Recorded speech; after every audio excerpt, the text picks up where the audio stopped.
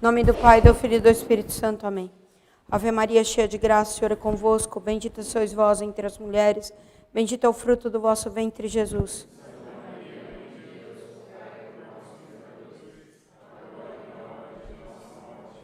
Maria, auxílio dos cristãos. São João Bosco. Pai, do Filho e do Espírito Santo. Então, eu vou continuar uma aula, então, que eu dei aí aqui faz algum tempo, né? Foi esse ano, no começo do ano. E para isso eu vou fazer uma breve revisão do que eu tratei, assim, bem rapidamente, num ponto onde estava. E lembrando, né, que o objetivo da minha aula era tratar da questão dos Romanov na Revolução Russa.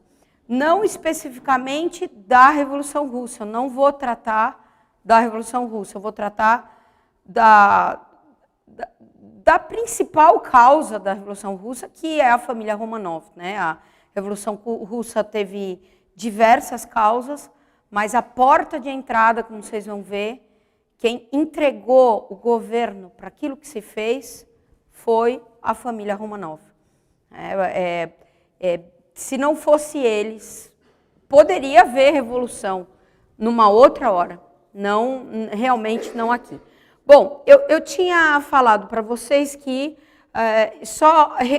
recapitulando essa circunstância, né, que é bastante importante, que o imperador Nicolau II se casou com Alix, que era a Alice da Alemanha, e ela era...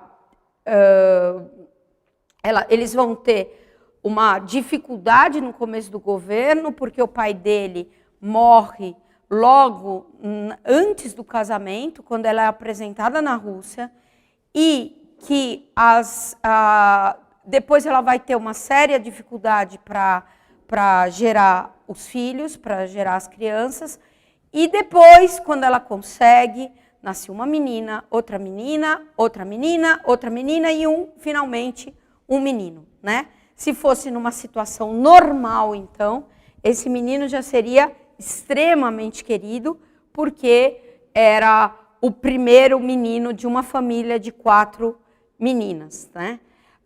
Mas não era uma situação normal, porque, além disso, ele era o herdeiro da Rússia. A Rússia não permitia, nesse tempo, que a mulher herdasse. Então, era muito importante a existência desse menino. Mas, além disso, né, além desse fato de ser, então, o quinto, depois de 4 meninas, de ser finalmente o príncipe herdeiro, tá?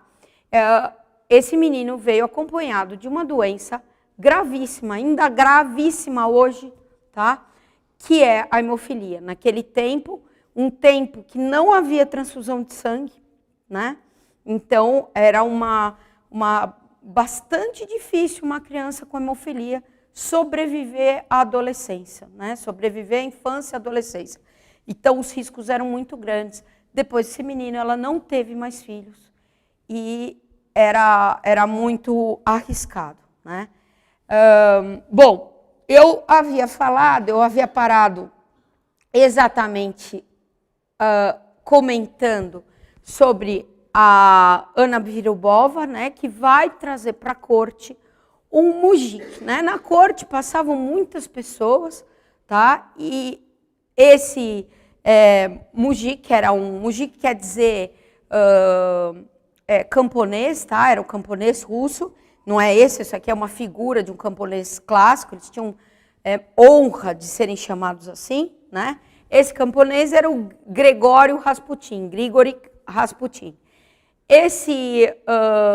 Esse monge, né, falso monge,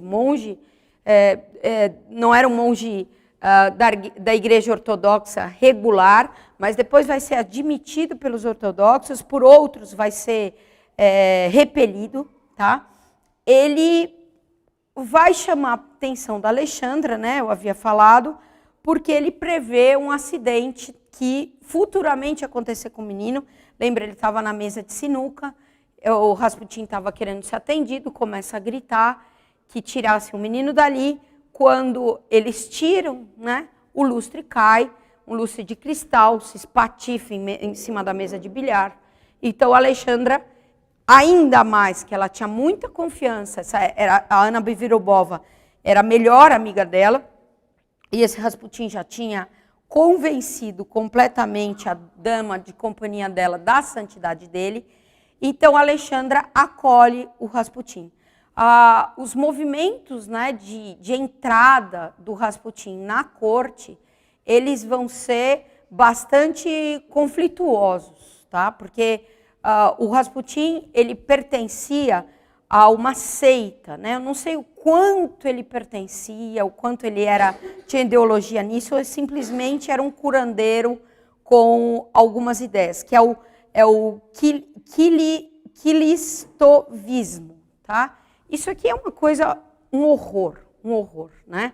Resumindo os fatos, eles vão defender a santidade do pecado. Isso o Rasputin aprendeu bem. Então, eles defendiam a ideia que vem de Lutero, né, que Cristo, ele nos perdoa tanto mais quanto maior é a nossa confiança. Né? Então, isso aqui já os luteranos vão dizer, né, que é peca forte e crê firme. Se eu peco pouco, é porque eu tenho pouca confiança que nosso Senhor Jesus Cristo é capaz de me redimir, de me salvar dos meus pecados.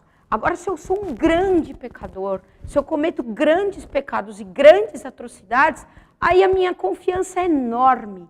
Assim, eu vou ter muita confiança na redenção. A redenção, para mim, vai ser alguma coisa muito importante.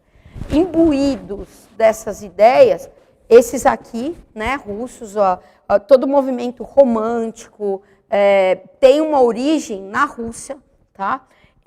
E o misticismo russo era fortíssimo, eles vão praticar esse tipo de coisa da pior maneira possível.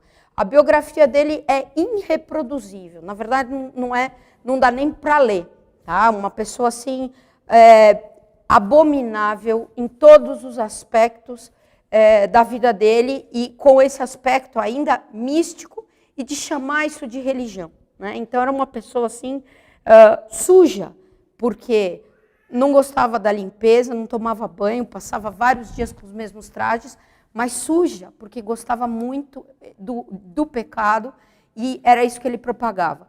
Ele entrou na corte não com essa face, né? Ele entrou na corte com a face de ser um santo, de ser aquele que podia dar alívio para o filho da czarina.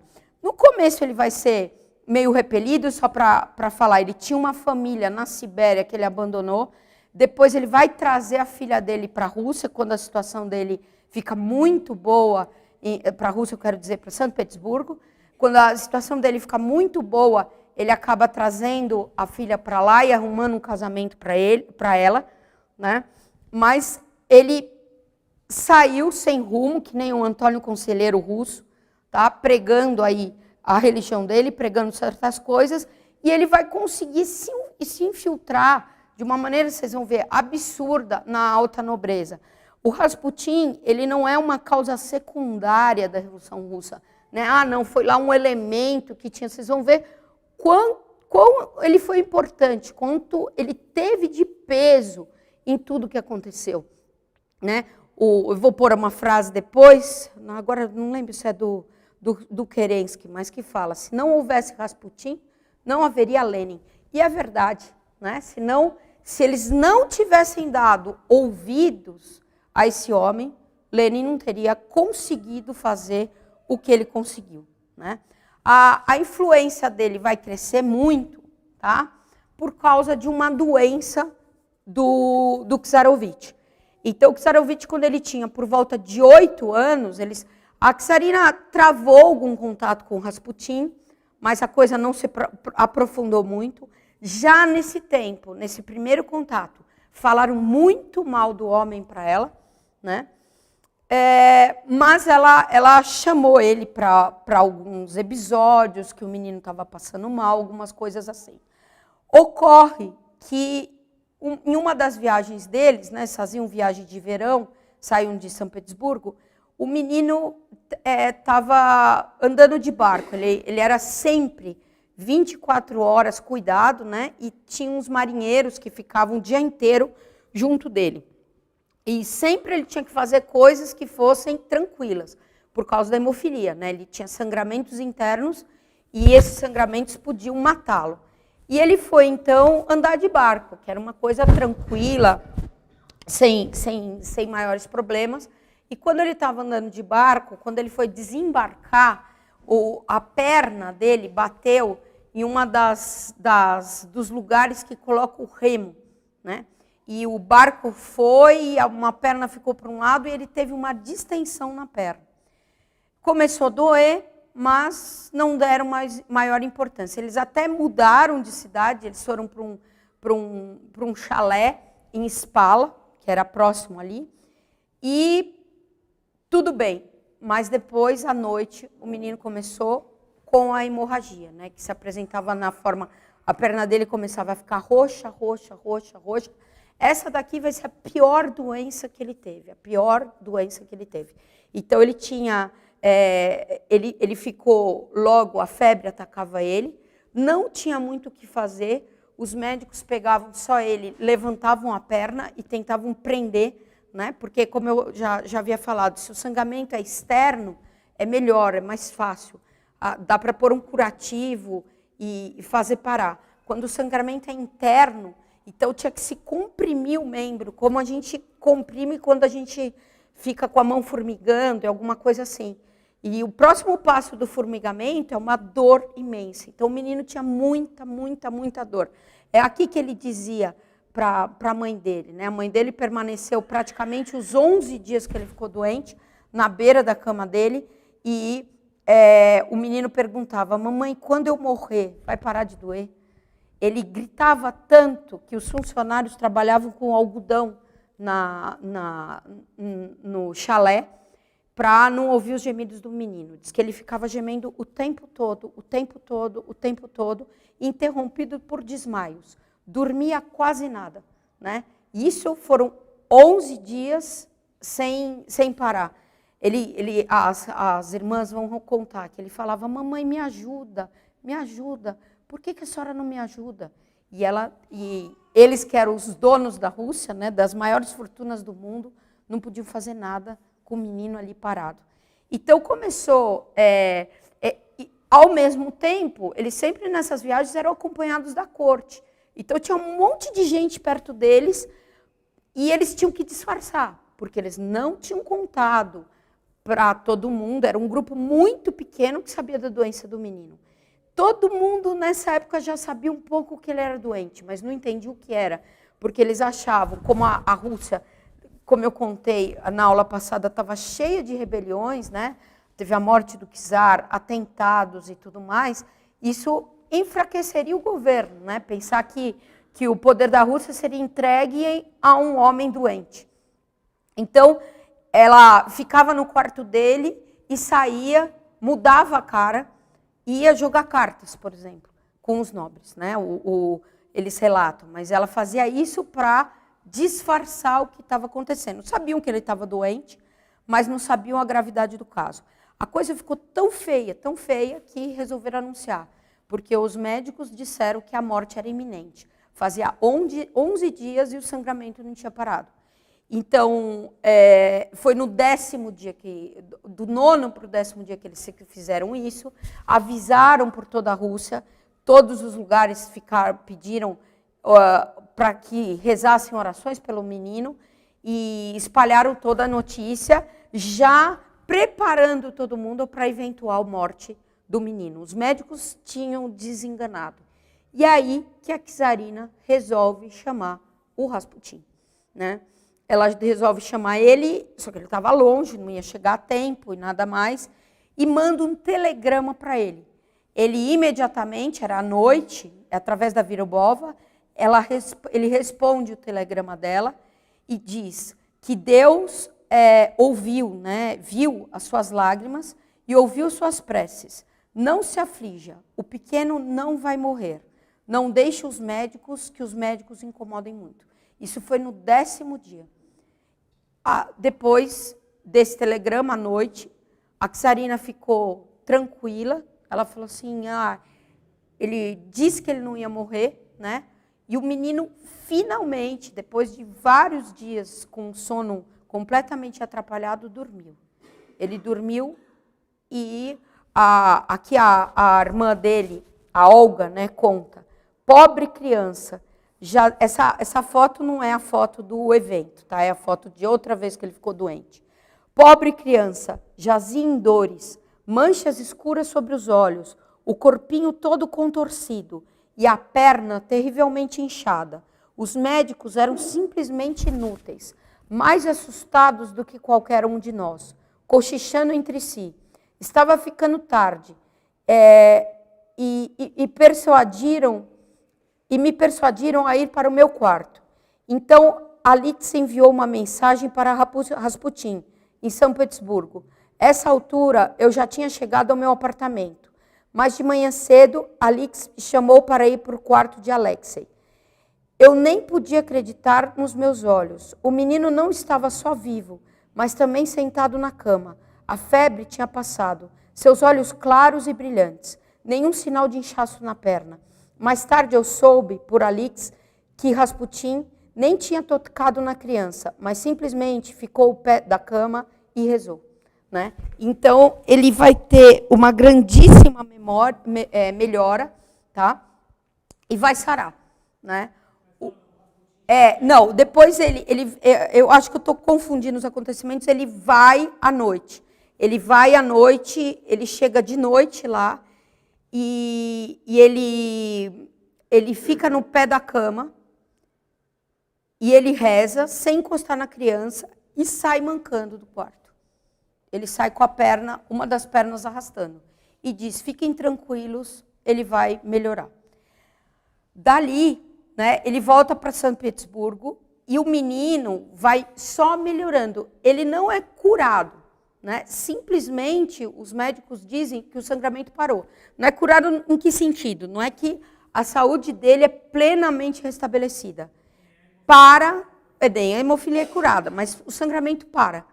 Né? Para completamente esse sangramento e ele vai se restabelecendo. Ele vai demorar meses para se restabelecer desse episódio.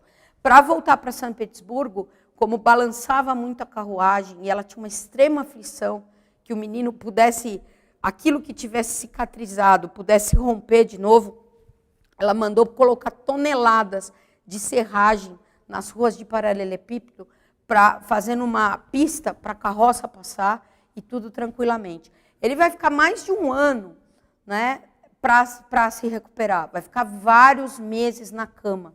Tá? Então, foi uma melhora, mas não foi uma cura. Né? E isso vai dar um prestígio enorme para o Rasputin. Quer dizer, ele tinha salvado, ela já tinha perdido as esperanças, o czar também.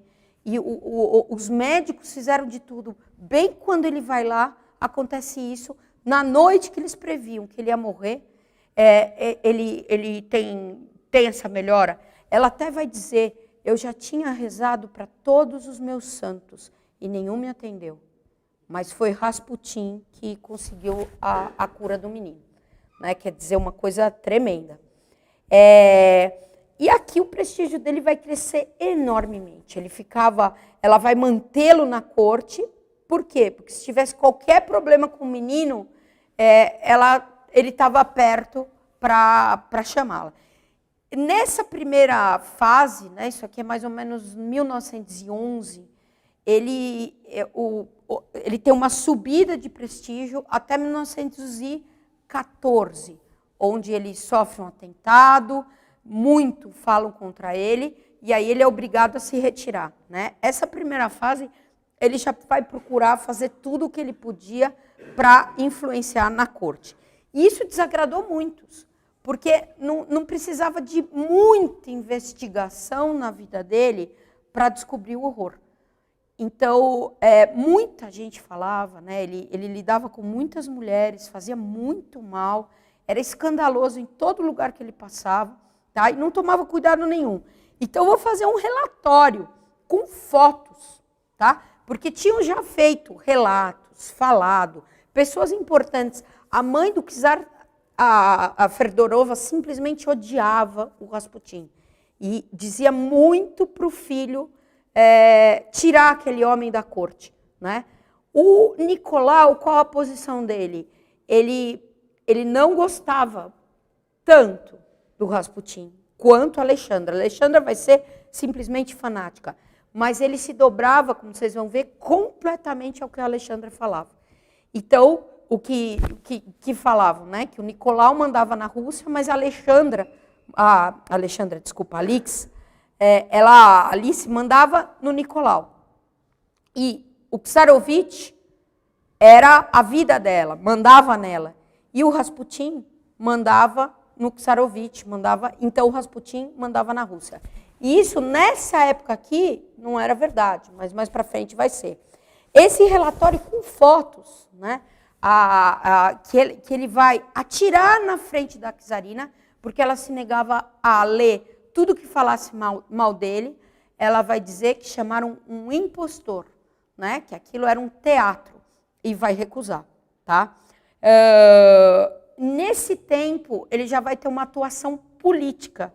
Então, ele começava, quem não gostava dele, do Rasputin, tá? Ele praticava muito hipnose, né? Que é uma coisa péssima.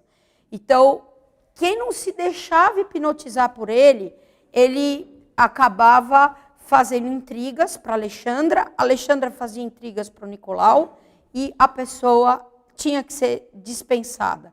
Os bispos da Igreja Ortodoxa também, 2 importantes que se opuseram a ele, viram o mal que ele estava fazendo, souberam de coisas gravíssimas, né? Tinham tentado internar ele num convento por causa disso, foram expulsos das suas dioceses. Então se dizia que ele movia os bispos como peças de xadrez. Tá? Ele dizia isso, né? Isso aqui eu acho bem pouco provável, mas que o czar já teria se ajoelhado na frente dele e dito: Gregório, você é Cristo. Tá? Se fosse a czarina, eu acreditaria, mas o czar, eu acho que ele não ia ser suficientemente tolo para fazer isso. Ele tolerava o Rasputin, porque o Rasputin era uma solução para o desespero da Alexandra frente à doença do filho. Tá?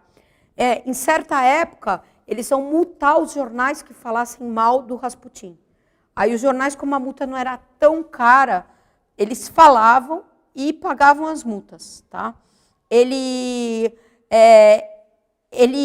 Aqui a frase do Kerensky, né? Sem Rasputin não teria havido Lenin. Só que é interessante, né? É uma conversa do Nicolau com o bispo metropolitano de São Petersburgo, né? Dizendo que o imperador o czar precisava considerar a situação de Rasputin e afastá-lo da corte. E aí o Nicolau teria dito que o bispo não se metesse, né, diz que a educação, ele era muito educado, mas que não se metesse em assuntos privados de família, que isso não era alçada da igreja. E o bispo vai responder para ele: não, senhor, isso não é um mero assunto de família, é um assunto de toda a Rússia. O Tsarovich não é seu filho apenas, mas nosso futuro soberano e pertence à Rússia. Então, esse bispo vai acabar morrendo depois, né? Vai acabar sofreu uma doença aí misteriosa, e ele se opunha muito ao Rasputin e acabar morrendo. Aqui uma outra frase interessante de um homem que foi durante bastante tempo tutor das crianças, né? A fatal influência daquele homem foi a principal causa da morte daqueles que julgavam encontrar nele a salvação. Né? E sem dúvida, se a gente fosse elencar as causas da Revolução Russa, e se faz isso muito, o Rasputin é uma das principais causas. E os czares são na medida que eles permitiram essa influência tão nefasta. A situação em 1911 vai chegar numa situação assim, num pico, porque um primeiro-ministro, Stolypin, que vai ser contra o Rasputin, era muito contra o Rasputin, conseguiu nesse momento, um pequeno afastamento dele, do Rasputin. O Rasputin teve que sair, ele acabou indo para Kiev, e esse Stolypin, uma vez, foi com o czar para Kiev.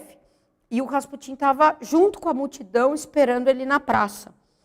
E quando ele passou, o Rasputin gritou no meio da multidão, né? Ele não chegou perto, mas gritou quando ele já tinha passado, que a morte está atrás de você.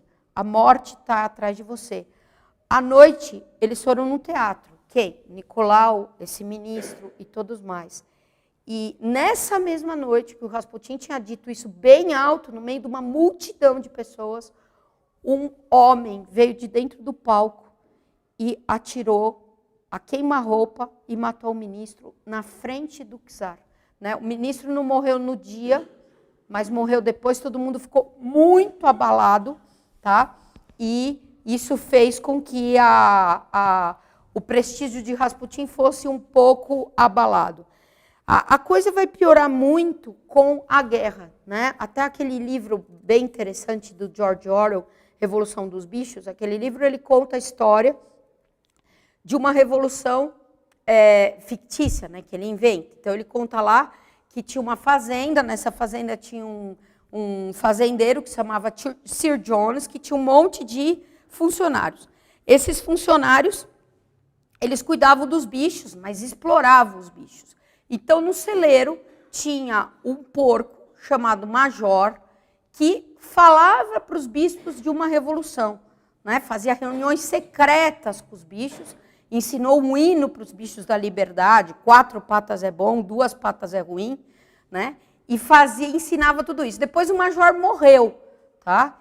E quem vai assumir a liderança dessa rebelião vai ser o Napoleão e o Bola de Neve. Tá? Os personagens, o Orwell faz uma paráfrase da Revolução Russa.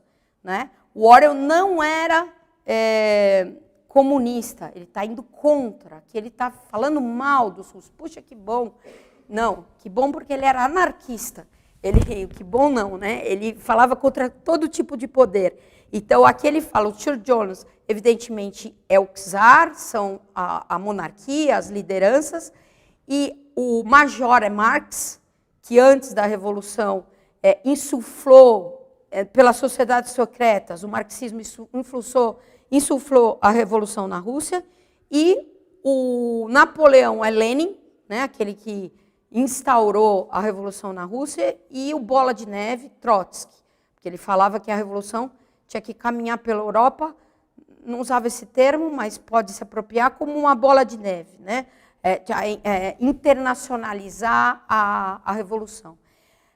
No fim do livro, por isso que o Orwell é contra, os porcos passam a viver como o Sir Jones. Eles passam a morar na casa do fazendeiro, dormir em camas, comer em mesas, andar com roupas e sob 2 patas. Né? Então, isso que ele está querendo dizer, que nenhuma revolução serve. Mas ele é muito atento nos fatos. E o que isso tem a ver com a guerra? Por quê? Porque a revolução só explode quando há fome. Tá? Fome. Né? A fome, ela não é responsável pelas revoluções, mas ela é o meio ambiente em que essas revoluções se desenvolvem. Isso é sempre assim. Então, sempre tem que cortar o pão, tem que fazer faltar o pão. Quando estourou a Revolução Francesa, estava em fome. Quando vai estourar a Revolução Russa? Fome, faltava pão. Né? E é bem interessante isso. E esse ambiente vai ser provocado pela guerra. Tá? Lá no livro do Orwell, ele fala que os bichos estavam, os homens tinham ido para a cidade numa festa, voltaram bêbados, então não tinham cuidado dos bichos, não tinham cuidado das vacas, das galinhas, de ninguém. Então estava todo mundo com muita raiva. E isso, né, insuflado pelas ideias, vai estourar a revolução. É interessante também que quem começa a revolução? O cavalo, tá? O Sansão, que era burro e muito forte. Quem que é? É o exército. Sempre as forças armadas têm que ser tomadas para se instaurar a revolução. Eles permitiam que todo mundo participasse das reuniões deles. menos Moisés, o corvo, vestido de preto, que representa a igreja, que falava para eles ficarem quietinhos, porque quando eles morressem, ia ter num céu um lugar cheio de torrões de açúcar e felicidade. Né? Então, a igreja contra-revolucionária. Então, a descrição do livro é muito interessante e muito perfeita.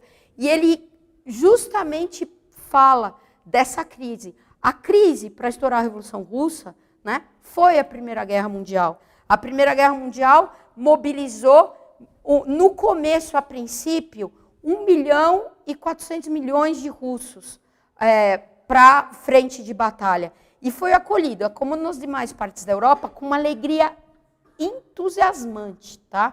Se a gente vê vídeos da época dos franceses indo para a guerra, dos alemães vindo para a guerra, parecia final de campeonato mundial de futebol. Né? Todo mundo numa felicidade enorme. Aqui na Rússia não foi diferente. Tá? Não só pela parte do czar, mas de todos os revolucionários. Então, teve nunca o czar, como nesses dias, ele mesmo vai dizer, sentiu tanto apoio do povo. Então, Moscou estava toda na rua, feliz que tinha estourado a guerra. Mal sabiam eles que essa guerra não ia ser como as anteriores, né? Como a guerra franco-prussiana, que tinha durado um mês, ou como as guerras anteriores. Essa guerra ia ser muito demorada, tá? Ia demorar aí 4 anos e custar 10 milhões de vidas, pelo menos. Né? Então, no começo foi um entusiasmo grande. Só que as condições da Rússia, né? A Rússia, lembrando, bem entendido, vocês sabem, ela vai entrar contra a Alemanha, o que é uma coisa, o rompimento das relações com a Alemanha vai ser um rompimento difícil, demorado, custoso, porque a Alexandra era alemã, né? Então havia uma aliança forte da Rússia com a Alemanha. Mas as condições da Rússia eram péssimas. A Rússia, para começo de conversa, não tinha estradas, tinha nada, praticamente nenhuma estrada. A cada metro de trilho que a Rússia tinha, a Alemanha tinha 10 metros. Os alemães tinham que percorrer, para ir para o fronte de batalha, 250 quilômetros. Os russos, 1.200. Sem condução, né? Sem estradas. Para cada fábrica russa, havia 150 fábricas na Inglaterra.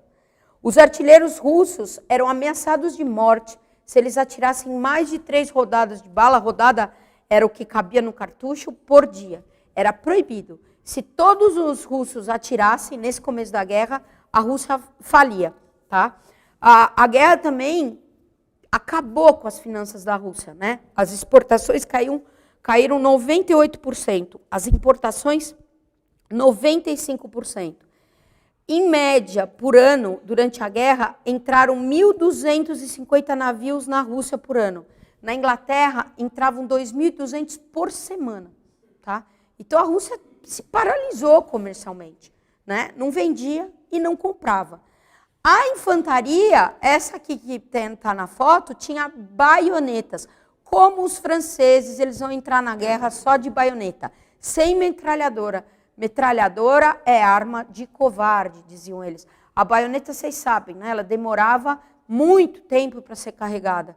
Então, você tinha que colocar o cartucho, mirar, apontar. Enquanto isso, a metralhadora já te descarregava. A tática de guerra com a baioneta era completamente outra que com a metralhadora. Tá? Eles, de tal modo, assim, não tinham um preparo técnico nenhum, que a primeira metralhadora capturada, ela foi levada para São Petersburgo como presente para o Nicolau e para o Czarovitch. Né? De tão, nossa, olha isso, os alemães tinham aos montes. Né? Resultado disso vai ser uma grande matança nas primeiras semanas de guerra. A Rússia, ela vai ter, a princípio, um respiro. Por quê? Porque o Kaiser Guilherme da Alemanha, ele vai aplicar o plano von Schlieffen, que pretendia, né, como a Alemanha ela fazia fronteira com os 2 países beligerantes, os principais, a França por um lado e a Rússia pelo outro. Notem aqui que você não tem a Polônia, que vai ser criada depois. Existia a Polônia, mas ela fazia parte do Império Alemão, parte do Império Russo, né? E aqui a Alemanha, então, fazia fronteira com os dois impérios. Só que eles já sabiam, né? A Rússia demora muito para se mover e a distância é muito grande. Então, primeiro a gente ataca os franceses, ganha deles, como a gente fez na Guerra Franco-Prussiana, e se volta para pegar os russos. Como dizia o imperador, almoçar em Paris e jantar em São Petersburgo. Só que o plano dele não deu certo, né? O almoço em Paris fracassou. Ele teve uma série de confusões, de complicações, e demorou muito para se voltar. É nesse tempo que os russos vão ter um relativo êxito. O soldado, né, o general encarregado de cuidar, chefe militar, de cuidar da batalha, de cuidar da guerra, vai ser esse enorme homem aqui, tá? Que era tio do Nicolau. Ele também se chamava Nicolau Nikhailovich. Tá? Era um fulano extremamente competente, extremamente capaz, muito corajoso, que vai fazer o que ele podia fazer com esse exército que tinha essas condições. A princípio, como os alemães não estavam no fronte francês, eles vão combater os austríacos e vão ter bastante sucesso com os austríacos.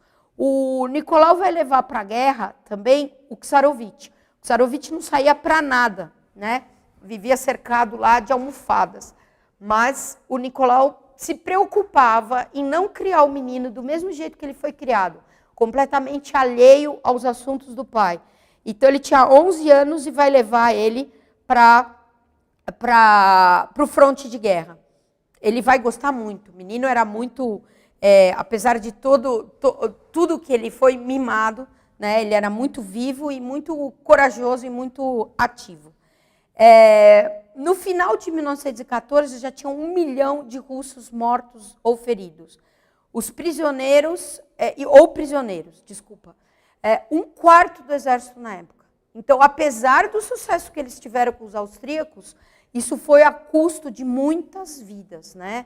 Os russos vão acabar mobilizando, para vocês terem uma ideia, 15 milhões de soldados depois. Tá? 15 milhões, então 10 vezes mais do que eles tinham no começo. E com o número, o jeito russo de ser, né? Acabou os soldados, manda mais, manda mais, manda mais. Isso que vai dar um relativo fôlego na guerra para eles. Há também o jeito russo de lutar ainda era um jeito antigo, diferente dos franceses. Era até bonito, né? Mas era um jeito pouco eficaz. Os oficiais russos, diferente dos alemães e dos austríacos, eles achavam que não podiam ter nenhuma cobertura e também que eles não podiam rastejar em campo de batalha. Então, enquanto os soldados eles deitavam, enquanto as metralhadoras estavam atirando, iam para os lugares que eles tinham que ir, o oficial só andava em pé. Resultado, em pouco tempo eles vão perder todos os oficiais deles, né? Aqui pega um número, tá? A 18ª divisão ficou com 40 dos 370 oficiais que eles tinham, né? Dizimaram os oficiais, só sobrava soldado. Também eles não interrogavam os soldados e os oficiais capturados. Eles achavam que isso era uma coisa desleal. Então, isso favorecia que eles não conseguiam pegar informações. Quando eles atacavam uma cidade, outra coisa que também eles não faziam eram bombardeios, pelo simples fato que eles não tinham bombas para jogar. Tá? Então, era muito difícil, muito difícil, muito difícil. Teve um discurso do Nicolau, né? O Nicolau acabou tendo que arregimentar todo mundo para ir para a guerra. Então, eles acabaram pegando aqueles, tinha algumas poucas universidades na Rússia, e esses estudantes das universidades foram chamados para ser tenentes. E no discurso dele, em outubro de 1914, ele vai falar o seguinte: não tenho a menor dúvida da coragem de vocês, mas preciso que a vida de vocês, mas preciso da vida de vocês. Assim, só deem a vida em caso de emergência excepcional. Quer dizer, por favor, não morram. Tá? Eles morriam eles se jogavam para morrer com muita facilidade. Realmente era um exército bastante corajoso. Tá? Só que o ataque alemão fracassou na França. E a Alemanha decidiu que em 1915 ia ser o ano para vencer a Rússia. Né? E eles vão fazer a invasão pela Polônia. Tá? O sul estava relativamente arrasado pela boa campanha que a Rússia fez, e o exército alemão vai invadir pelo norte. E vai ser uma destruição. Né? Quando eles pegaram os alemães mesmo, porque até então só tinham combatido os austríacos, vai ser um arraso. Um general vai dizer, né, os pobres diabos, que isso ele está falando dos soldados deles, tinham que esperar pacientemente até os seus companheiros caírem diante de seus olhos para pegarem as armas. O exército está se afogando em seu próprio sangue. O outro soldado vai dizer, sabe, senhor, não temos armas além do peito de nossos soldados. Isso não é guerra, é massacre. Porque eles não tinham suprimentos, eles não tinham armas. Um soldado russo, na Primeira Guerra, era obrigado a costurar o seu próprio uniforme. Era obrigado a fazer suas botas. Os soldados eram muito maltratados na Rússia antes da Primeira Guerra Mundial. Tinha placas nos parques, proibida a entrada de cães e soldados. Nos transportes também, nos trens, antes da guerra, eles não podiam entrar. Né? De tal maneira, era gente assim, era gente que estava ali para morrer. Então, muitos nesse período, né, pararam de ter o otimismo que eles tinham. Aqueles jovens que estavam dançando no começo da guerra tinham sido mortos. As cidades não tinham mais hinos e bandeiras, mas coladas nas vitrines dos estabelecimentos estavam só listas de soldados russos mortos e as pessoas ansiosas para ver se algum parente deles tinha morrido ou não. Muitos amputavam os dedos que são usados para o gatilho, para não ter que ir para a guerra, para não ser alistados. Tá? Isso vai agravar a situação da czarina, porque a czarina era alemã, né? Então, isso vai fazer com que eles tivessem mais receio dela. No Natal foram proibidas até as árvores de Natal pela igreja ortodoxa, porque isso era costume alemã. A czarina vai se revoltar, né? Vai falar, olha que infantilidade, né? Ela vai falar, ai, minhas crianças, eu vou me rebelar nisso. Imagina que meus filhos vão ficar sem árvore de Natal. E ela fez a árvore de Natal dela. Greves e saques por toda a Rússia. Os revolucionários estavam adorando a situação. Na Praça Vermelha, manifestações pedindo que a imperatriz alemã fosse presa e o czar deposto. Tá? No meio de tudo isso, né, o Rasputin, tá, ele tinha tentado ficar amigo do Nicolau Tio, só que esse era odiava ele. O Nicolau Czar gostava muito do Tio e por isso tinha colocado ele, e sabia da competência dele, tinha colocado ele para ser chefe da guerra, o que ele estava desempenhando da melhor maneira que ele podia.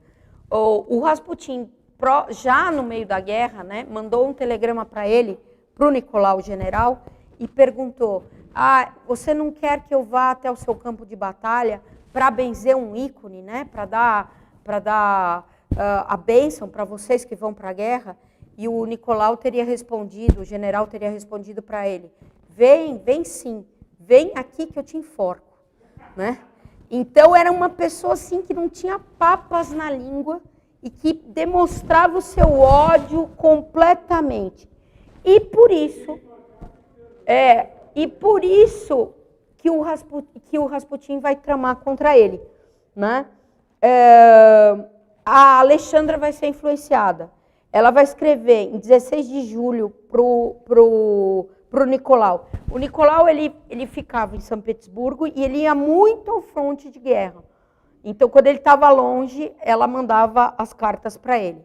Não tenho absolutamente fé em Nicolau. Nicolau, aqui ela está falando para o marido, do tio, né, do general, sabendo que está longe de ser inteligente e tendo se voltado contra o homem de Deus. O homem de Deus era o Gregório.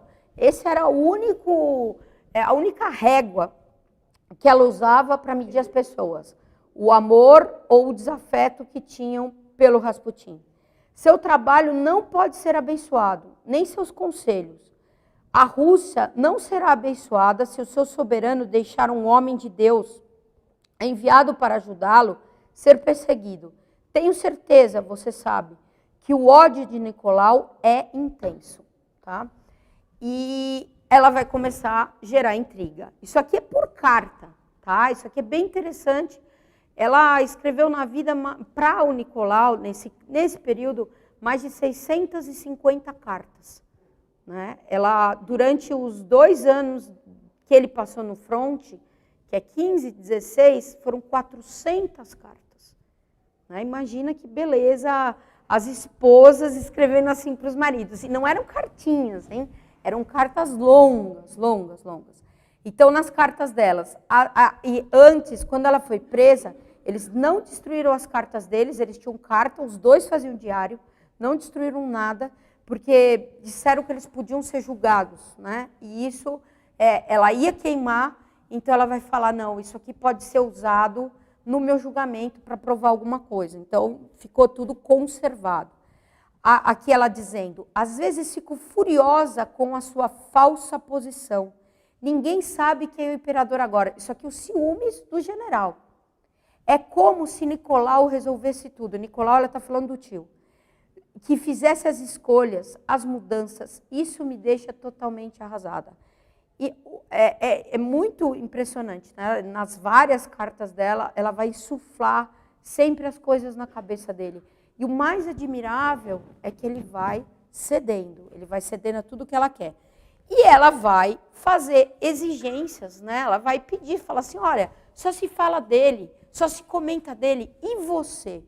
E ela faz isso aqui em 15, quando estava com essa campanha da França, a guerra sendo perdida, ela exige praticamente que ele vá para o fronte de batalha.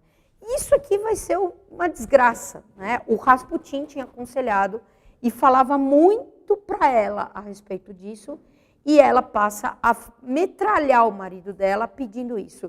E ele pede. Né? Ele pede, é desaconselhadíssimo por qualquer pessoa que tinha a Duma, que era a Assembleia, o Conselho, os ministros, todos pedem para ele que por 2 motivos principais ele não fizesse isso. Primeiro, ele ia ficar no fronte de batalha 800 quilômetros de distância do governo. E isso podia ser fatal se houvesse alguma rebelião maior. Né? Tá sem autoridade dele. Depois, o governo ia ficar desgovernado, sem autoridade dele. E depois, e se ele perdesse? E se perdesse a guerra? A derrota ia ser culpa dele. Tendo um outro general de colchão, né, podia falar, não, foi incompetência do outro. E se ele fizesse uma besteira? Ia ser o nome dele, e aí ele caía. Então, falaram muito. Fizeram uma reunião, os ministros falaram por horas com ele. Ele só ouviu, só ouviu, só ouviu. No fim da reunião, ele disse, muito obrigado, eu agradeço tudo que vocês me disseram, mas eu já decidi, eu vou para o fronte de batalha. E foi, tá? Ele assumiu pessoalmente a guerra a mais de 800 quilômetros da sede do governo. Né? A presença lá dele, é lógico que a princípio ela empolgou um pouco os soldados, mas depois foi desastre atrás de desastre. É nesse período que a gente tem mais de 400 cartas da czarina para o Nicolau. Tá? As cartas eram praticamente diárias, porque havia tempos que ele voltava. Mas a gente tem cartas todo dia. Só para vocês terem... Essas cartas são um mel. Né? Elas são extremamente românticas, difíceis de ler. Então, só para vocês terem ideia de uns trechos de algumas cartas que são mais fáceis de ler, essas são as mais fáceis. Tá? Olha o que eles falavam. Tá? Pensa que se falava do governo, do que eu falei. Muito pouco, muito pouco. Se falava do tempo, dos passeios, das crianças, do que eles estavam fazendo. E olha uma carta da Alexandra. O sol por detrás das árvores, uma suave neblina cobrindo tudo, os cisnes nadando no lago, o vapor subindo na relva. As folhas estão ficando amarelas e vermelhas. E aí ela falava um monte de coisas e assinava sunny, raio de sol, tá? Então, realmente, um negócio assim de embrulhar o estômago. Essas são as partes menos embrulhantes, tá?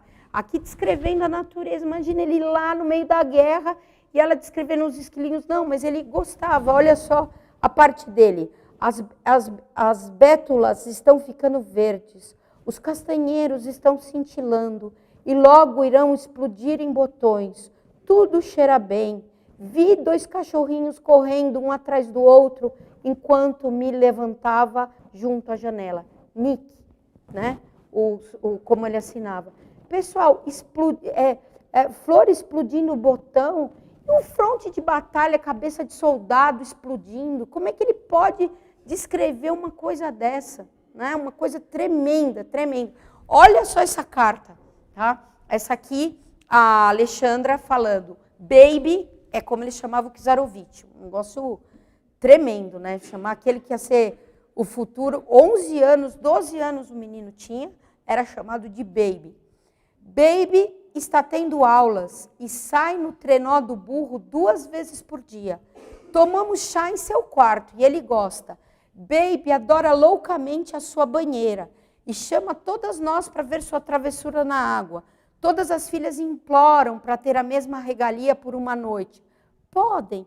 Pessoal, imagina assim, um marido trabalhando numa firma e qualquer uma de nós, uma esposa, liga lá para perguntar se eu posso pôr o bebê na banheira. O que eu ouvi na face da terra? Né? Que coisa.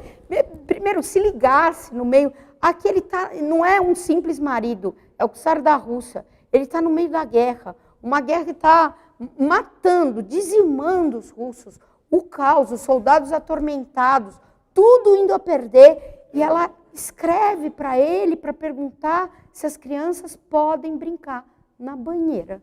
É uma coisa assim insólita, insólita. Aí depois ele deixa, né? Aí ela escreve, as meninas estão loucas de alegria que podem se banhar em sua banheira. Ah, mas que felicidade, né? Que mundo colorido, tá? E aqui, olha essa carta dela, né? Perdoe, meu precioso, tá? É tudo sempre por assim, né? Isso aqui é abril de 1915. Mas você sabe que é bondoso e gentil demais. Às vezes, levantar a voz pode fazer maravilhas, ensinando ele a ser bruto. E um olhar severo, seja, meu amor, mais decidido, mais seguro de si. Você sabe perfeitamente o que é certo. Eles, os ministros, devem lembrar quem você é. Você me acha uma chata intrometida, mas às vezes a mulher vê as coisas com mais clareza que o seu muito humilde marido. A humildade é o maior dom de Deus, mas um soberano precisa mostrar sua vontade com mais frequência. Né? Então ela insuflava ele a ficar bravo, porque ele era muito impassível, muito impassível. Ele era não ativo, né? Parece que tinha emotividade e era muito, muito, muito inativo. Então ele era muito educado, tá? Então não vai se rebelar aí contra os outros, e ela queria um pouco mais de acidez nos discursos dele. Olha o absurdo, a gente pode pensar, ah, não, ele recebe isso, mas ele não tem as mesmas ideias, ele está rindo do que ela disse. E esse foi um dos problemas, porque ele foi embora e ele deixou ela como regente, como lugar-tenente. No começo ela não vai entender bem isso, mas depois ela vai tomar o lugar dela e começar a governar no lugar dele. Tá? E aqui uma carta do Nicolau para ela. Sim, realmente você deve ser meus olhos e meus ouvidos na capital enquanto preciso estar aqui. Essa frase é dela. Ele está falando, sim, você tem razão. né? Cabe a você manter a paz e a harmonia entre os ministros. Desse modo, você presta um grande serviço a mim e ao país. Fico muito feliz em pensar que, enfim, você encontrou uma ocupação merecida. Agora, naturalmente, ficarei calmo e, pelo menos, não me preocuparei com os assuntos internos.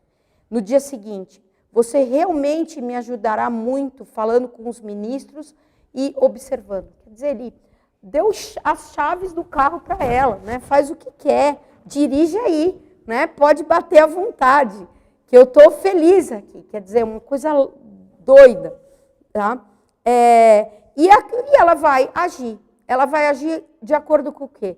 De acordo com os gostos daquela que ele chamava de amigo. Eu esqueci de comentar, mas o Czarovich, ele foi para o campo de batalha com o Nicolau. Eu disse para vocês que o Nicolau levou ele para ver como é que era a vida dos soldados e ver como é que era a vida no fronte.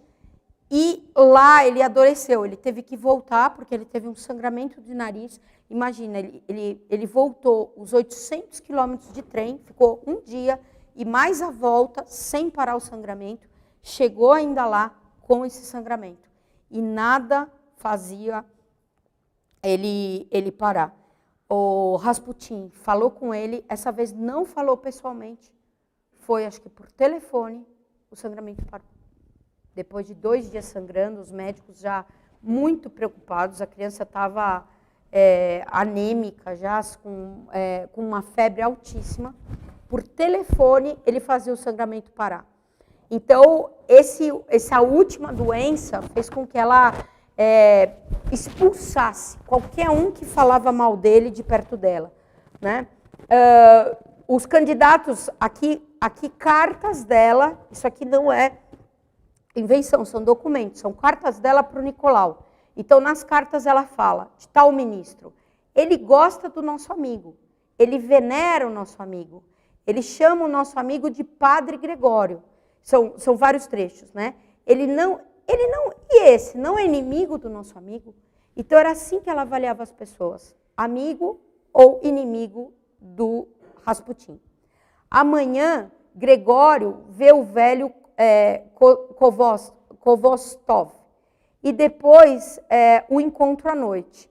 Então, o Gregório ia ser apresentado a um candidato a ministro. Ele quer me contar suas impressões, se é um sucessor à altura. Então, ela mandava ele conhecer todo mundo, e ele que dizia se valia ou não. Durante esse período que ela ficou no governo, né, foi um período que teve 4 primeiros ministros, 5 ministros do interior, 4 ministros da agricultura e 3 ministérios de guerra, tá? São pouco mais que um ano. Então, ela nomeava e desnomeava todo mundo de acordo com a anuência do Rasputin. Aqui, né, fizeram uma avaliação de um ministro que ela queria pôr de primeiro-ministro, e disseram, porque diziam muito que o Rasputin só colocava bajuladores medíocres nas principais funções do governo. Então, aqui tem uma avaliação de um ministro chamado Stumer, que ela queria colocar como primeiro-ministro da Rússia. Então, é o que disseram dele. Ele é pior que uma mediocridade, intelecto de terceira categoria, espírito mesquinho, caráter baixo, honestidade duvidosa, nenhuma experiência e sem noção dos negócios de Estado. O máximo que se pode dizer sobre ele é que ele tem um belo talento para astúcia e lisonja. E aí é o que ela vai falar, reportar para o Nicolau. Amorzinho, não sei, mas acho que Stumer vai servir por algum tempo. Ele tem muita consideração pelo Gregório, o que é ótimo. Nosso amigo disse sobre Stumer para mantê-lo por algum tempo. Ele é decididamente um homem leal. Aí vai falar de outro, mas não gosto da escolha do ministro de guerra Polivanov. Ele não é inimigo do nosso amigo, né? Então eles vão colocar todo o ministério favorável ao Rasputin. Rasputin uma vez estava num restaurante e uma pessoa cantava bem. ele não era político, não era nada. Ele falou, você quer um cargo? Deu um ministério para ele, porque ele foi simpático com o Rasputin. Vai também começar a interferir na guerra. Quando ele viu que dava para mandar em São Petersburgo, ele vai mandar em São Petersburgo. Mas a mão dele vai avançar. A mão de quem? A mão do Rasputin. Ele vai começar a fazer interferências diretas no que o czar está fazendo. Então, além dele mandar em São Petersburgo, ainda vai querer controlar o czar pelo meio da Alexandra. Por isso que falam que ele era espião da Alemanha, que ele foi comprado, Rasputin, pela Alemanha, e que ele entregava os planos para a Alemanha. Né? Então, olha as cartas da Alexandra para o Nicolau. Doce Anjo, em novembro de 1915, queria muito perguntar sobre os seus passos e os seus planos a respeito da Romênia. Nosso amigo está ansioso para saber. E ele entregava, Nicolau entregava tudo o que estava acontecendo. Aí, mais, né, que entregava, ele mandava o que fazer. Ele pede a você que ordene o avanço por Riga. Diz que é necessário, senão os alemães vão se estabelecer tão firmemente durante todo o inverno que isso custará infindáveis problemas e derramamento de sangue para fazê-lo sair. Ele diz que agora é o mais essencial e pede seriamente que você ordene aos nossos que avancem. Diz que podemos e devemos e que eu precisaria lhe escrever imediatamente. Aí tem várias cartas dela assim. Nosso amigo manda atacar, nosso amigo manda recuar. Se você não fizer o que eu estou mandando, muitas pessoas vão morrer. E o czar começou a fazer, com algumas resistências, tudo o que o Rasputin mandava. Né? Quer dizer, a Alemanha controlava a guerra. Então, aqui dá para a gente ter uma ideia da influência nefasta. Todo mundo já havia muita resistência contra o governo czarista. Aliada a um governo desse homem, que escandalosamente saía nos jornais, contando toda a podridão da vida dele. E não só isso, várias mulheres que tinham sofrido iam para as delegacias fazer queixas criminais. Resultados, os delegados que levavam as coisas para frente eram afastados. Então ninguém mexia nele. Esse homem fazia horrores, comandava os ministérios, colocava quem ele queria. E isso aqui, sem dúvida, é uma das grandes causas da guerra, né? Uma das grandes causas da Revolução Russa. A Rússia vai acontecer o que aconteceu, por quê? Principalmente o Nicolau permitiu esse tipo de coisa. Né? A Alexandra, sem dúvida, também um horror, porque ela tinha dossiês e mais dossiês falando contra ele, era só abrir os olhos, mas ela não queria abrir os olhos. Por que ela gostava tanto dele? Porque ele fazia o menino parar de sangrar. E era o único remédio que ela tinha. Né? Um absurdo, porque devia confiar em Deus e não numa coisa assim. Agora, que poder esse homem tinha, né, para fazer esse menino parar de sangrar? Certamente, aqui, muitos livros querem, era psicológico, o menino se sentia bem e parava de sangrar, os livros falam. Né? Difícil, né? Difícil, tantas vezes, porque foram muitas e muitas vezes. Se é algo psicológico, muito mais fácil se é algo preternatural. Né? Como tem uma água saindo, eu vou lá, ponho o dedo, ela para de sair. Os historiadores e, evidentemente, as pessoas que desprezam a existência do demônio, é difícil falar isso, mas o que a gente tem aqui? Uma ação do diabo. O diabo fazia o menino parar de sangrar. Não curava o menino. Os milagres em Lourdes, né? Nossa Senhora de Lourdes, primeiro milagre que a água de Lourdes fez. Uma pessoa que não tinha o nervo óptico, né, que levava do globo ocular para o cérebro, ela passou a enxergar. Então, uma pessoa que não tinha um instrumento necessário para a visão, e foi feito um milagre, a pessoa se curou da cegueira e para sempre. Aqui não, ele nunca curou o menino. Ele fazia momentaneamente os efeitos pararem. Se ele tinha tanto poder assim, por que ele não fazia o menino sarar? Ou se ele tinha tanto poder assim, por que pelo menos quando o menino estava muito doente, ele ainda demorava 1 ano para se recuperar. Né? Então, uma coisa que é típica das ações préternaturais. O Rasputin vai... que horas são, por favor? 8h30? Eu posso ir mais um pouco, Melo, ou não? Só para terminar. Então, o Rasputin vai dizer, né? Lembre-me para eles, vai ameaçar a família real, que eu não preciso nem do imperador, nem de você. E vai fazer algumas profecias a respeito da morte dele. A mais tremenda é a carta que ele põe antes de morrer, o que é outro sinal de possessão. Né? Nos manuais, quando se vai ver um dos sinais de possessão, é uma força muito grande, falar em línguas, e o terceiro sinal de possessão é adivinhar o futuro. Tá? Coisa que muitos hoje se gabam e acham maravilhoso, e não é nada maravilhoso. Então, ele vai dizer, lembrem-se de que não preciso nem do imperador, nem de vocês. Isso aqui ele vai dizer para a czarina.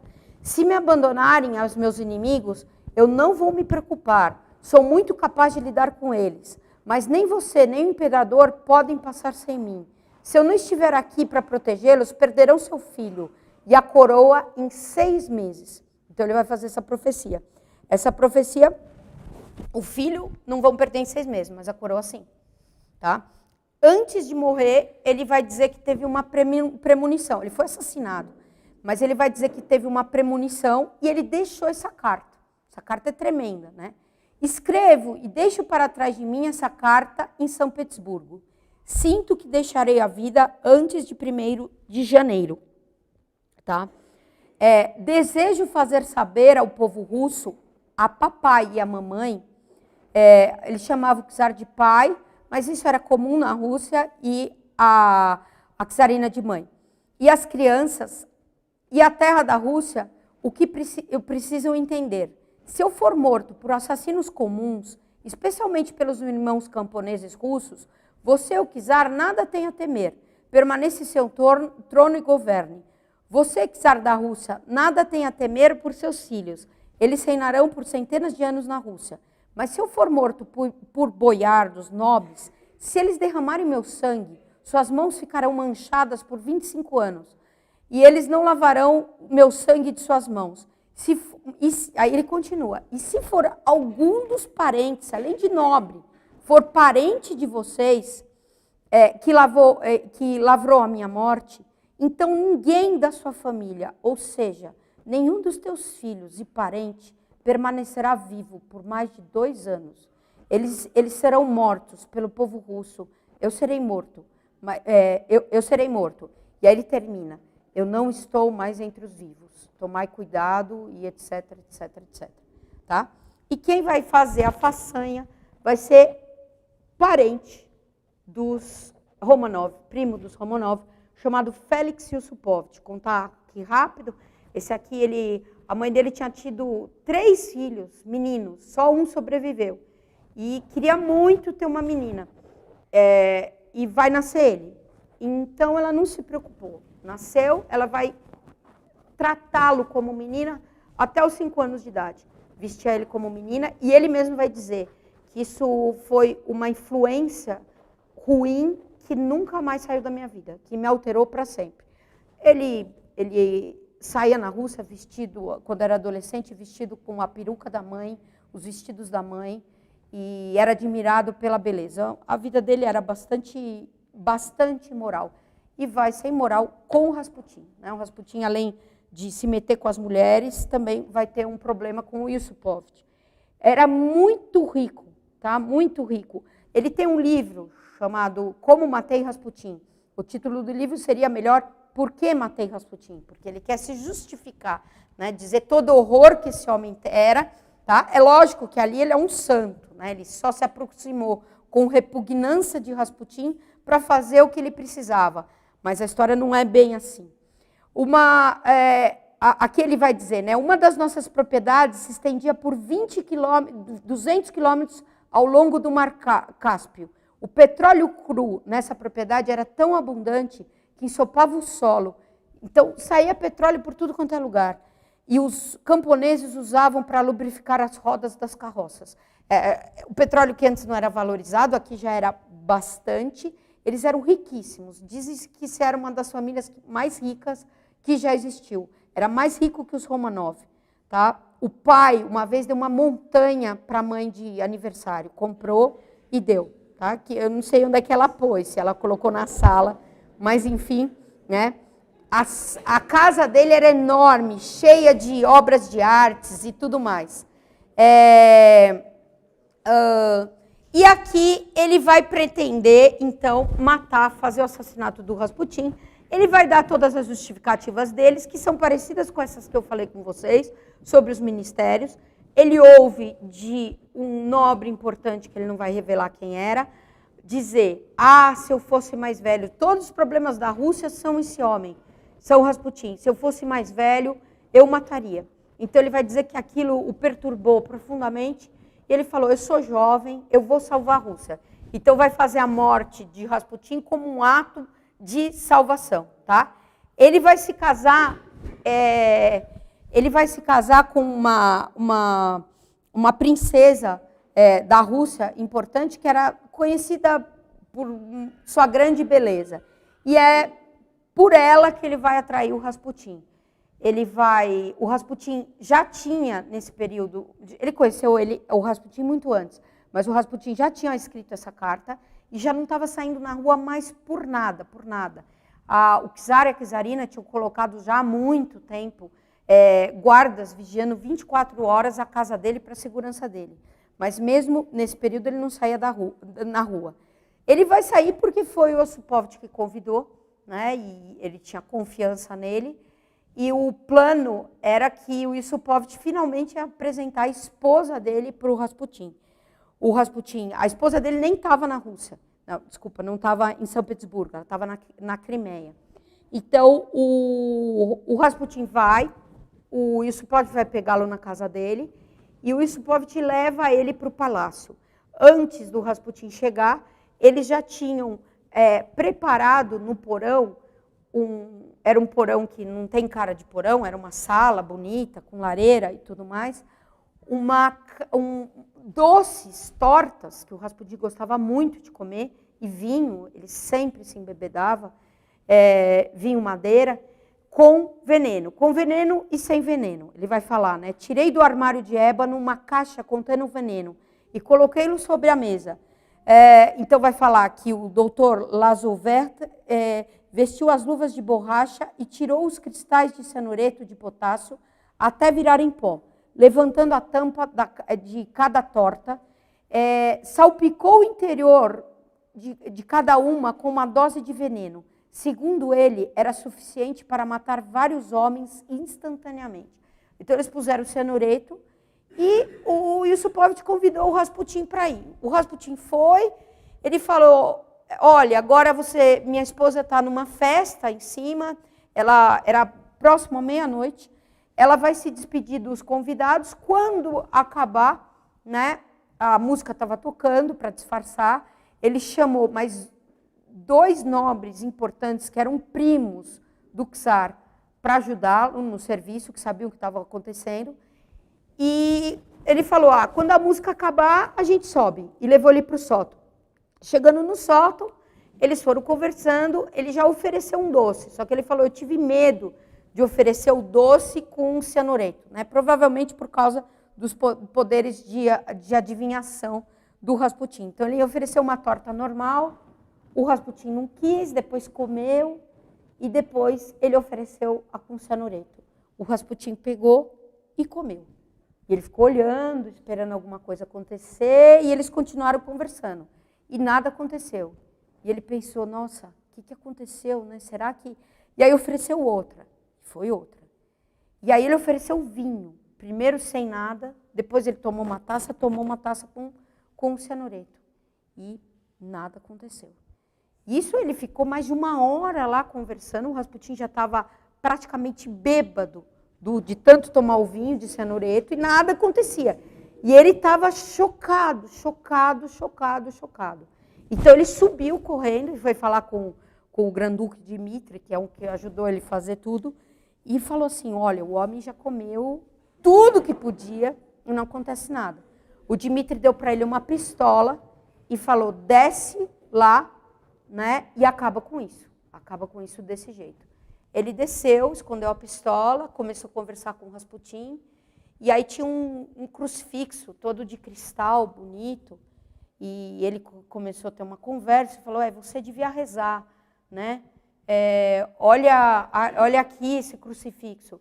E aí o Rasputin estava numa estante maravilhosa, o Rasputin falou assim, eu gosto muito mais da estante do que do crucifixo.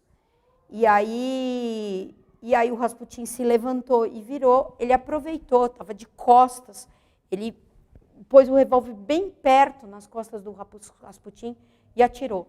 O homem caiu, né, caiu de frente assim, o Yusupovich já sem movimento, o Yusupovich pegou, virou, ele estava sem movimento, fechou os olhos dele e guardou a arma e subiu. Né? Ele subiu e falou, consegui, terminou. Aí eles tinham já feito antes um buraco no rio Lena, tá? No gelo, era dezembro, era inverno, ele disse que morria antes de janeiro, né? Era justamente dezembro, e lá eles iam colocar o corpo dele e sumir com ele, né? Com algumas correntes e isso. Então eles já estavam preparando o carro, e nessa preparação o Yusupovich falou, eu resolvi descer, né? Para ver se estava tudo bem lá embaixo. Ele desceu, abriu a porta, viu o Rasputin, olho fechado, tudo bem, tudo tranquilo. E aí ele chegou bem perto dele para ver se estava sem pulso, sem nada. Aí disse que um olho dele abriu. Aí disse que mal ele conseguiu se mexer, o outro olho abriu. Ele fala assim, um olho, depois outro olho. E aí o Rasputin pulou no pescoço dele com as mãos e começou a sufocar, sufocar ele. Ele começou a lutar e gritar, desesperado, né? Ele conseguiu se desvencilhar, jogou ele no chão e subiu correndo, gritando. Ele está me perseguindo, ele está vindo, ele está vivo, ele está vivo. Aí começou a gritar, o Rasputin subiu correndo e começou a fugir para o portão. E foi para a varanda, que estava coberta de neve. Eles, então, pegaram armas, né, e falou, vamos de novo, né, vamos tentar matá-lo. E eles começaram a atirar. Ele atirou, errou, aí ele fala, atirei de novo, errei de novo, tive raiva de mim. Rasputin se aproximava do portão, quer dizer, o homem ia sair daquele jeito. Mordi com toda a força a mão esquerda para me obrigar a ter concentração. Atirei pela terceira vez. A bala o atingiu entre os ombros. Ele parou. Atirei a quarta vez e o atingi provavelmente na cabeça. Corri e chutei com toda a força na têmpora, com a minha bota. Ele caiu na neve, tentou se levantar, mas só conseguiu ranger os dentes. Aí diz que bateram nele até mais não poder, e viram, né? E pegaram o corpo, amarraram as mãos dele, amarraram com correntes todo ele, né? Para afundar, o corpo não aparecer, e foram até o lugar, puseram no carro, foram no lugar, jogaram ele no rio. E foram embora, acabou tudo. O Rasputin vai desaparecer, para correr aqui com a coisa, né? O Rasputin vai desaparecer, vão ficar procurando, e vão saber, saiu com o Yusupovich, foi na casa do Yusupovich, já vão chegar nos assassinos. Os assassinos não vão contar onde estava, mas eles tinham esquecido, na noite, uma bota do lado do buraco. Então a polícia vai fazer vasculhar ali a região, vai achar o buraco, vão chamar eles, vão achar o corpo, vão levar o corpo então para uma autópsia. A imperatriz descabelada, várias das que seguiam ele, sem saber que ele tinha morrido, vão ter desmaios nessa noite, né? E vão fazer uma autópsia. Na autópsia foi constatado vários tiros, mas, além disso, veneno, um monte de veneno no estômago, mas não foi isso que matou ele, né? O que matou ele foi afogamento, porque ele respirou embaixo d'água, tinha água nos pulmões. Então, um negócio horrível, né? Uma coisa horrível. Como que você justifica uma coisa dessa, né? É horrível, tá? Mas a pessoa ali, certamente, Era um possesso, né? E assim como um possesso pode animar um objeto, porque é um anjo, de novo, um fenômeno preternatural, assim também pode haver a possessão de um corpo morto, né? E aqui ele morreu, mas o demônio continuou agindo no corpo dele, uma coisa horrível. Lógico que hoje vão negar isso, tem várias... mas foi feita uma autópsia minuciosa depois, né? E todas as testemunhas do caso, todos os fatos vão dizer isso. O Czar não vai ficar muito abalado, só para terminar aqui, é rápido, mas ele vai... a czarina vai ficar muito abalada, vão enterrar o corpo dele no castelo, ela vai carregar até na hora da morte cabelo do Rasputin como uma medalha dentro no pescoço dela e das crianças, né? Uma coisa horrível. E o Yusupov vai ter que fugir, vai para Paris, vai levar a fortuna dele e vai ficar em Paris até o fim da vida, onde ele escreve isso. A situação toda piora muito, tá?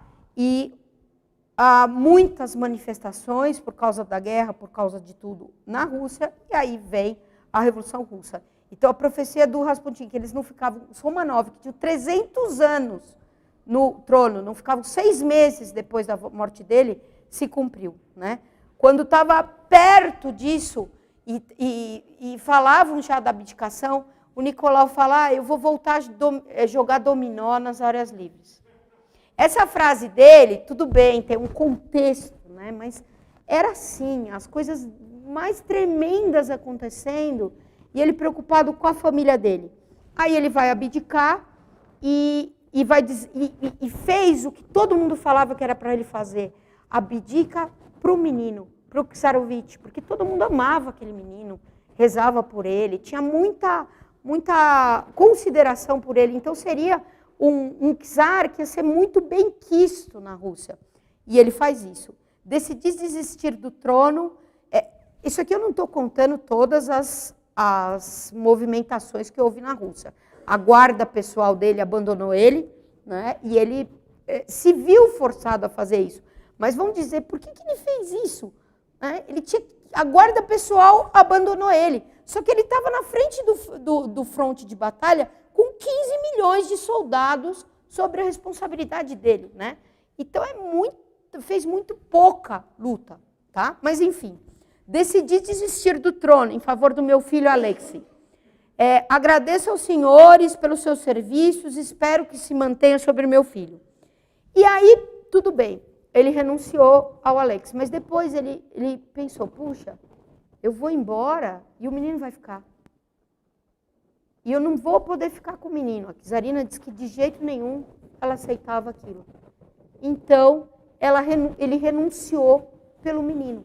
Ele falou, não, decidi renunciar ao trono até as 3 horas de hoje. Pensei que abdicaria em favor ao meu filho Alexei, mas mudei minha decisão em favor do meu irmão Miguel. Espero que compreendam os sentimentos de um pai. Então, de novo, né, essa questão do filho. E vão dizer, isso é um absurdo. A ascensão imediata do Tsarovich era o único meio de deter a revolução. Então, como é que ele fazia isso? E, além disso, era uma coisa que não existe. Como é que ele renunciava, abdicava pelo filho? O filho que devia abdicar. Tá? E ele vai abdicar sem nem avisar e dar o poder para o irmão dele, Miguel. Esse aqui, meu Deus do céu. Então, ele foi lá e a primeira coisa que ele quis saber, antes de assumir, né, ele já estava sendo considerado como czar, se garantiam a vida dele, tá? Se a vida dele ia sofrer algum perigo. E o Alexandre Kerensky, que depois vai tomar o poder, vai dizer, de forma alguma, não posso responder pela sua vida, Sua Alteza. Quer dizer, eu não posso dar essa garantia. Então, ele falou que queria pensar. Ele vai demorar 5 minutos e voltou, eu vou abdicar. Tá? Então, ele foi a carreira relâmpago, né? Uma coragem impressionante. E com isso, os dois entregaram a Rússia para a Revolução. E qual que foi a reação do czar? Feliz, porque agora ele podia brincar no campo com as crianças. Ai, que bom que eu não tenho aquela papelada para ler. Está sendo um tempo maravilhoso. Isso aqui são frases que ele vai dizer, nunca nos divertimos tanto. E a Rússia pegando fogo, o comunismo entrando, né? Mortes por tudo quanto é lugar. Então, realmente, esse homem não merecia ser rei. Né? Ele não tinha capacidade, ele não tinha valor para isso. Tá? Ele amou mais a esposa, mais os filhos, do que os súditos dele, que a Rússia, que o dever dele. E por isso ele perdeu ambos. Né? Primeiro eles vão ficar presos em Tsarskoye, mesmo no castelo, e isso vai ser maravilhoso. Depois eles vão ser transferidos, tá, para um outro palácio, que também vai ser bom, eles avaliam bom porque era confortável, etc. Quando Lenin sobe, rapidamente mandou ele para a Sibéria, para Ekaterimburgo, onde ele vai ser colocado numa casa. Essa casa, eles vão sofrer muito, era pequeno, vão cimentar todas as janelas. Ele traz uma bagagem imensa, né? E não deixa ele usar, evidentemente. Então fica a czarina revoltada, que ela não podia tomar a morfina dela, os remédios. Dizem que ambos eram viciados em remédios. E os brinquedos do baby, eles dizem assim, os brinquedos do baby não podiam pegar no porão. Então isso era um sofrimento grande para eles. E a vida deles vai acabar no porão dessa casa, onde eles vão ser todos fuzilados na meia-noite do dia 17 de julho de 1918. Né? O médico e uma empregada que estava também foi fuzilada. Vão sentar a czarina e o czar nessa sala e dizer que, uma vez que seus familiares e aliados continuam seu ataque à Rússia soviética, o Comitê Executivo do Ural decidiu que vocês fossem executados. Sem julgamento, vão atirar no czar, com a arma grudada no peito dele, vão matar a czarina, depois vão começar a matar o Alexei, primeiro, e com um tiro na cabeça, e depois matar as crianças. As crianças vão demorar para morrer, porque a Alexandra tinha costurado vários diamantes e pedras e as joias da família real nas roupas das crianças, para se acontecesse alguma coisa, elas terem algum meio de vida. Então as balas, muitas delas pegavam nos diamantes, nas joias, e por isso que vão dar muitos tiros nelas. Vão ser colocados todos num caminhão e enterrados numa cova que não foi suficiente para enterrar todos os corpos e que depois tiveram que mudar no meio da floresta. Né? Uma coisa, um fim tremendo. E um fim de uma dinastia e o começo de um sofrimento do povo russo tremendo. Quer dizer, se ele tivesse segurado o governo, é muito parecido com a Revolução Francesa. Se ele tivesse segurado o governo, ele podia fazer isso N vezes, né? N vezes. Todo o mal que se abateu para a Rússia e todo o mal que se abateu para o mundo pelo triunfo da Rússia e que dura até hoje, não teria acontecido. Né? Bem interessante essa história por causa disso, tá? Mas era isso, tá bom? Rezar? Pai, do Espírito Santo, amém. Ave Maria, cheia de graça, o Senhor é convosco. Bendita sois vós entre as mulheres, bendito é o fruto do vosso ventre, Jesus.